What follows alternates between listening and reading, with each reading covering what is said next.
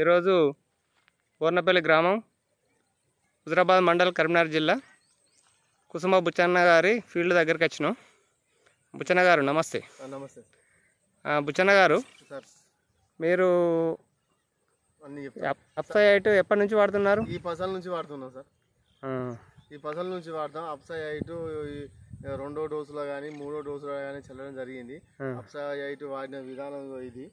అధిక పిలకలు సుతా వచ్చినాయి. నేను ఇందులో గుళికలు కానీ క్లోరో కానీ ఏం చల్లలేదు. ఓన్లీ ఈ అప్సై ఐటే వాడినాము. పిలికలు సుతా బాగా రావడం జరిగింది. విశ్వ పిలికలు బాగా రావడం జరిగింది. ఈ విధంగా పిలికలు బాగా రావడం జరిగింది. తద్వారా నా తరపున ఒక 10 మంది రైతులకు ఈ అప్సై ఐట్ వాడాలని మనస్ఫూర్తిగా కోరుకుంటాను. ఇలా ఏ ఖర్చు లేకుండా అధిక దిగుబడి రావాలంటే ఈ అప్సై ఐట్ వాడండి. దాని ద్వారా మనకు రైతులకు ఎంతో పైసలు ఆదా చేసినట్టు జరగడం జరుగుతుంది. మీకు పూర్తి సంతృప్తినిచ్చిందా? నాకు ఈ అప్సై ఐట్ వాడడం వలన పూర్తిగా సంతృప్తి పరిచింది. ఎన్ని ఎకరాలకు చల్లారు? నేను ఇది ఒక 8 ఎకరాలకు చల్లడం జరిగింది. అప్సై ఐట్ 8 ఎకరాలకు చల్లడం జరిగింది. మాకు బాగానే అనిపించింది. తద్వారా తోటి రైతులకు చెప్పడం జరుగుతుంది.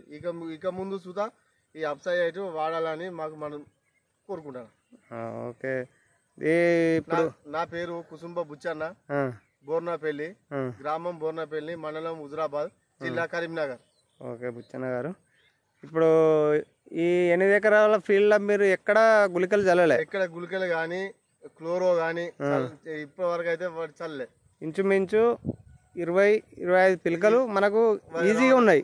20 నుంచి 25 పిలకలు రావడం జరిగింది. ఓకే ఓకే బుచ్చన్న గారు,